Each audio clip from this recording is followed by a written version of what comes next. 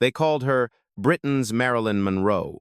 But Diana Dors was never anyone's copy. She was her own creation, forged from beauty, ambition, and something much darker. To the world, she was perfection wrapped in satin, but those who looked closer could see it, a flicker behind the eyes, a secret that refused to stay silent. Whispers followed her everywhere, of scandalous parties, forbidden cameras, and tapes that captured more than laughter. And when death finally came, Diana left behind a mystery, a letter written in code, and a promise meant only for one man. You'll know where to find it. No one ever did. The code remains unsolved, the tapes never found, and the question lingers like smoke over her name. What truth did she bury beneath her beauty, and why could no one speak it aloud? Her story began far from the glitter of fame in Swindon, a small town in post-war England where dreams rarely survived the gray of reality. Born Diana Mary Fluck in 1931, she was a girl who looked at the cinema screens and saw a world she knew she was meant to conquer. From the start, she carried herself like a woman who belonged somewhere brighter. By her teens, that quiet ambition had already started to take form. She studied drama, learned how to use her voice, her gaze, her silence. Everything about her became deliberate. When the cameras first turned toward her, they captured not innocence, but command. Within a few short years, Diana Dors wasn't just another actress, she was an event. Her breakout roles in The Weak and the Wicked and Yield to the Night cemented her status as Britain's most magnetic screen presence. She laughed easily, spoke sharply, and knew exactly how to bend public attention to her will. "If they want a fantasy," she once said, "I'll give them one they'll never forget." But what the world didn't know was that every performance came at a cost, and behind the glow of the spotlight, the shadows were already forming. Diana's rise was nothing short of cinematic. She came from the quiet edges of England, but walked into London as if she already owned the stage. At 16, she was already working in film studios, her face impossible to forget, soft yet commanding, familiar yet untouchable. She didn't just act, she understood the lens, and the lens adored her back. Every director saw something different in her, a temptress, a heroine, a symbol of a new, daring Britain emerging from austerity. To the audience, she was fantasy made real, the country's answer to post-war gloom. To herself, she was finally becoming what she'd always imagined, a woman impossible to ignore. But even in her earliest interviews, there was a knowing tone in her words, as if she already sensed that fame was not a gift, but a bargain. "They think beauty is a blessing," she once said. "They forget that blessings often come with teeth." As the headlines crowned her Britain's blonde bombshell, Diana learned to play the game, perfectly controlling every rumor, every photograph, every flicker of her image. And though the world was beginning to worship her, she had already learned the most important rule of stardom: never let them see what's real. By the time the world fell at her feet, Diana Dors had already begun to sense the cracks beneath the glamour. Fame was intoxicating, but it demanded everything in return. Her every movement became a headline, her every expression a story. The same photographers who once adored her now waited for her to stumble. Her first marriage, to Dennis Hamilton, marked the beginning of her entanglement with the darker side of celebrity. He was charming, persuasive, and dangerous. Together, they became the center of London's most talked-about gatherings, the champagne-fueled parties where politicians, film moguls, and stars mingled behind closed doors. Yet those same parties carried rumors of something else, cameras hidden, tapes recorded, and secrets quietly collected. The press called her reckless. Her friends called her misunderstood. But Diana herself understood perfectly. Fame had turned her life into a commodity, and she was no longer in control of its price. Her laughter became armor, her charm a disguise. She once confessed in an interview, "People only see the shine, they never ask what it costs to keep it that bright." And by then, the cost was already more than she could afford. As the 1,960 seconds turned into the 1,970 seconds, the world that once worshipped Diana Dors began to look past her. The new era wanted something raw, something untamed, and Diana, with her crafted elegance and golden image, became a relic of a more glamorous age. But she wasn't ready to disappear quietly.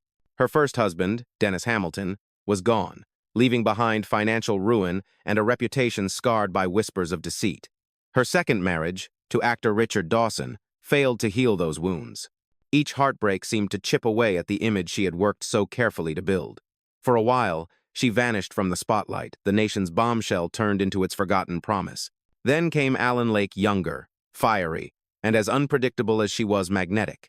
Together, they created a love story, both beautiful and volatile. Their relationship was passion and chaos entwined, but it gave her something she hadn't had in years: belief. Yet even love couldn't silence the ghosts that lingered. It was during these years that the legend of her secret tapes began to spread again, those mysterious recordings said to capture the powerful and the privileged in moments best left unseen. No one could prove their existence, but no one could dismiss them either. And as her fame faded, those whispers became her final currency, the one thing she still had that no one could steal. In her later years, Diana Dors seemed to carry her history like a film reel she had watched too many times, glamorous in its highlights, painful in its pauses. On television, she smiled with grace, speaking about her past as though it belonged to someone else. But behind that composure was a woman who knew she had outlived her era, and perhaps her own myth. Her health began to decline, quietly and steadily. Yet even as her strength faded, she remained in control of her story, or so it seemed. Before she passed in 1984, she left behind something that would ensure her name would never truly rest. A note, written in a code only she understood. It was said to reveal where a hidden fortune lay, or worse, where the truth could be found. She entrusted that note to Alan Lake, her final husband, telling him softly, "You'll know how to find it." He never did. For years, he tried to decode her final message, until grief and obsession consumed him. The secret remained locked, just as she intended. When the world mourned her, they spoke of her as Britain's lost goddess. But that was only part of it. She was also the keeper of a silence too heavy to break. And in that silence, her story found its immortality. Years after her death, Diana Dors still shimmers through the fog of British cinema like a ghost wrapped in starlight. To some, she is the embodiment of post-war desire, the woman who gave color to a gray nation. To others, she is a warning, the proof that fame devours as much as it gives. But beyond the legend, her story has become something rarer, a mystery that refuses to fade. Her films, once considered pulp entertainment, have aged into quiet revelations of her depth. In Yield to the Night, she stripped away every trace of glamour, revealing a rawness that critics now call one of the finest performances in British film history. Younger generations, discovering her for the first time, see not the scandal, but the humanity behind the image. Her name has become shorthand for beauty, wit, and danger, the trifecta that defined her. And yet, the greatest allure remains the one thing she never revealed: the truth behind that coded letter and the whispered tapes. Some say it was about money. Others believe it held the names of men who ruled from the shadows. But maybe the real secret was simpler. Maybe it was Diana herself, a woman who understood that a mystery outlives every masterpiece. In the story of Diana Dors, light and darkness were never enemies. They were dance partners, forever circling each other. She shone with a brilliance that could blind, but it was the shadows she carried that made her unforgettable. The world adored her as a symbol of beauty and confidence, yet what made her truly fascinating was everything she refused to show. She lived her life on her own terms, and when the world demanded too much, she gave them what they wanted but kept something sacred for herself. That final secret, the one she never spoke, became her act of defiance. In a culture that wanted to own her, she ensured no one ever truly could. Fame was her stage, mystery her masterpiece. And even now, decades later, the enigma of Diana Dors continues to whisper not through what she said, but through what she chose to keep silent. Was she a victim of her own fame, or the architect of a mystery no one could ever solve? Diana Dors lived her life between truth and illusion, and maybe that's why we still can't look away. Every legend hides a secret, but hers was one she carried to the very end. What do you think, she was really protecting love, power, or something the world was never meant to know?